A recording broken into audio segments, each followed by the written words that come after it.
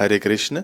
देखिए, महाशिवरात्रि आ रही है तो उसके अंदर हमको कैसे व्रत उपवास अपना सुरक्षित रखना है, व्रत उपवास में क्या क्या हमको सावधानी रखनी है, क्या क्या हम इस व्रत में खा सकते हैं, क्या नहीं खा सकते हैं, अथवा तो कैसा आचरण करने से हमारा व्रत खंडित हो जाएगा, अथवा तो हम लोग व्रत की सुरक्षा कैसे कर सकते हैं, और भी जो आप लोगों ने कमेंट के माध्यम से प्रश्न पूछा था, इस वीडियो में सब कुछ आपको मिल जाएगा। तो वीडियो आप लोग पूरा जरूर देखना, क्योंकि बहुत काम की चीजें इसके अंदर आपको मिलने वाली है। सबसे पहले मैं आपको अपनी तरफ से बता दूं कि ब्रह्म वैवर्त पुराण में एक हमको श्लोक मिलता है कि यो भुंक्ते च नरो अज्ञानात् कुंभी पाके च पच्यते।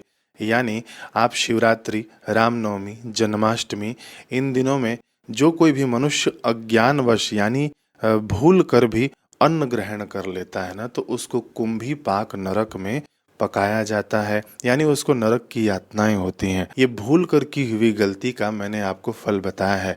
अब आप लोग जानबूझकर भी यदि इस दिन अन्न खाते हैं तो महाराज उस दिन क्या गति होने वाली है। आगे शास्त्र कहते हैं कि श्री राम दिवसे यानी रामनवमी, शिवरात्रोच यानी शिवरात्रि, और अष्टमी दिन यानी जन्माष्टमी, यो भुंक्ते च नरो अज्ञानात् स भवेन मात्रगामी च, यानी वह मात्रगामी होता है, उसको इतना बड़ा पाप लगता है, इतना अपराध होता है। यहाँ तक जो एकादशी में हम लोग यदि अन्न खा लेते हैं भूल कर भी, तो जो हमको पाप लगता है उससे दुगुना पाप रामनवमी और यहाँ शिवरात्रि पर खाने से लगता है। तो इसमें आप लोग जरूर सावधानी रखना अन्न खाने से। और अन्न न खाने की यदि मैं बात कर रहा हूँ तो घर में तो नहीं खाएंगे, बाकी जो जगह जगह पर लोग ना शिवरात्रि के दिन भंडारे लगाते हैं, ठीक है, गरीबों की सहायता हो जाए, जिनके पास अन्न धन नहीं है वे आकर वहां पर पाएं, लेकिन और अधिक लाभ लेने के लिए आप भंडारों में भी खाने से बचिएगा इस दिन, ठीक है। अगला प्रश्न आप लोगों ने पूछा था कि क्या हम लोग दिन में सो सकते हैं शिवरात्रि में,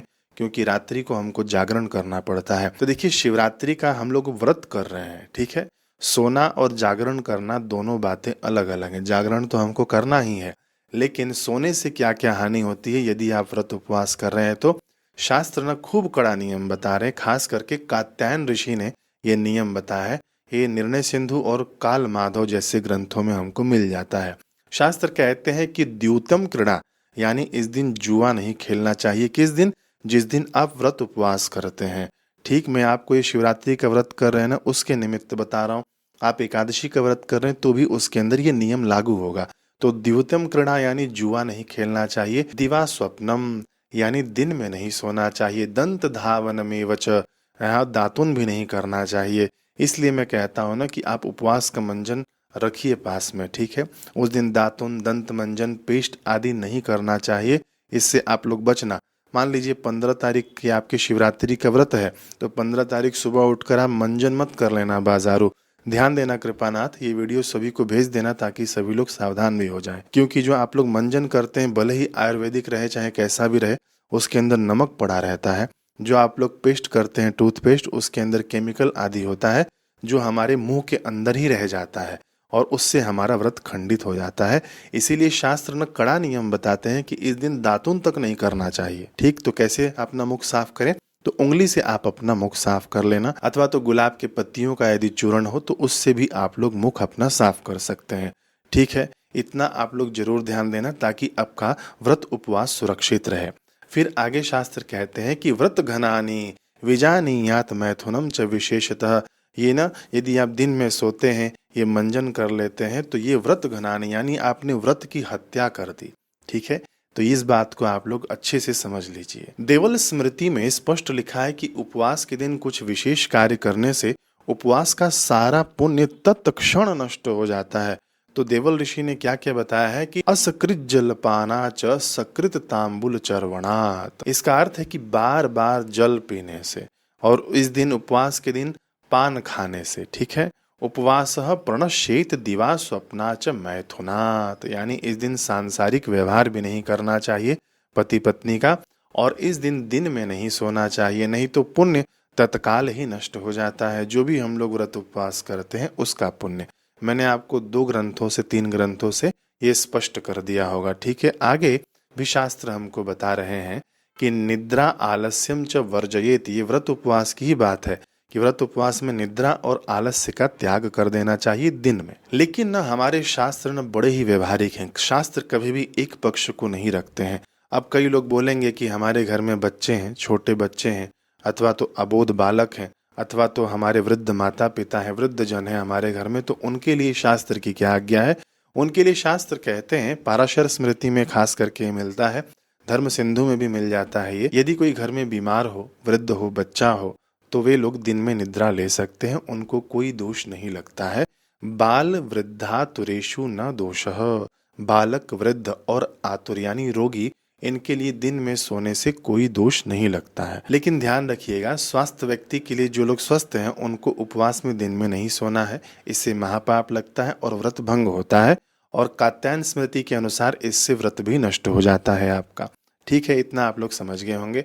अब यहाँ पर कई लोगों ने पूछा है कि क्या हम लोग इस दिन शक्कर का सेवन कर सकते हैं पानी में घोलकर, इससे एनर्जी बनी रहती है। अब देखिए, शक्कर बनाने का जो प्रक्रिया है, जो प्रोसेस है ना, वह इतना गंदा है कि यदि आप लोग देख लेंगे ना, तो आपको खुद ही पता चल जाएगा कि शक्कर खाने से व्रत उपवास का सत्यानाश हो जाता है।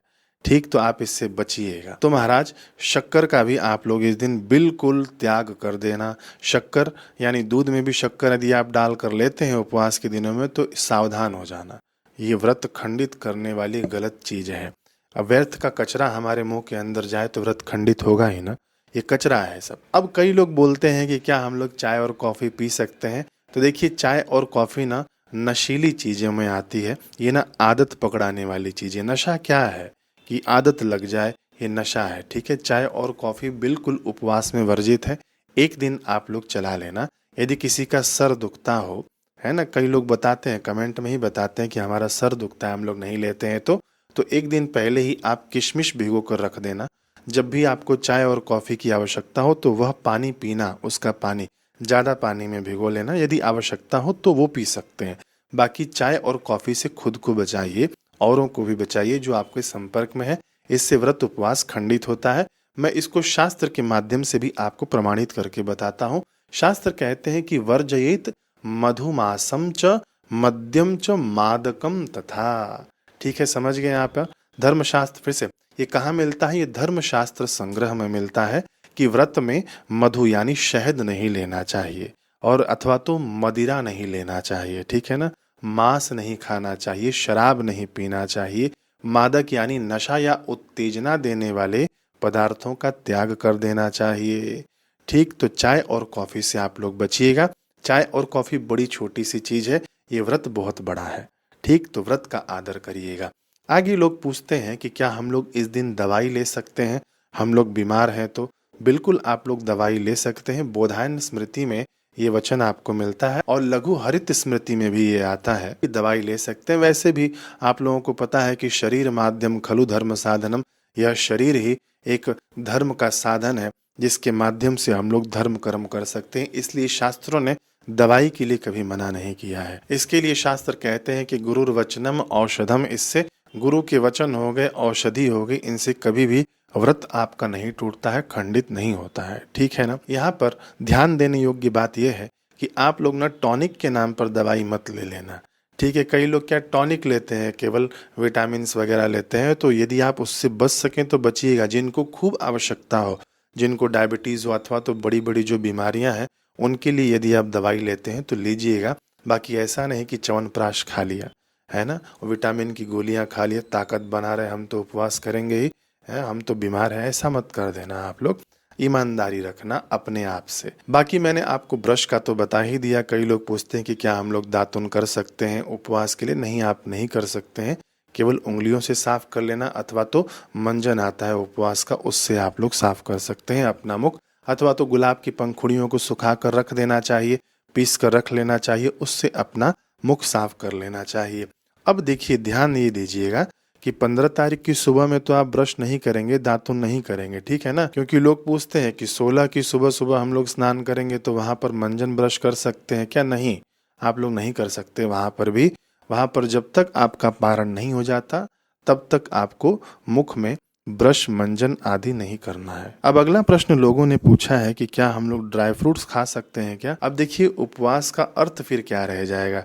ड्राई फ्रूट आदि खा के, मेवा आदि खा के एकदम पड़े रहे, अरे भैया हमको भूख नहीं लग रहा है, हमने तो पूरी शिवरात्रि ऐसे ही निकाल दी।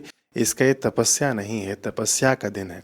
ड्राई फ्रूट खाकर शक्ति बनाकर पड़े रहने का दिन नहीं है, ठीक है ना।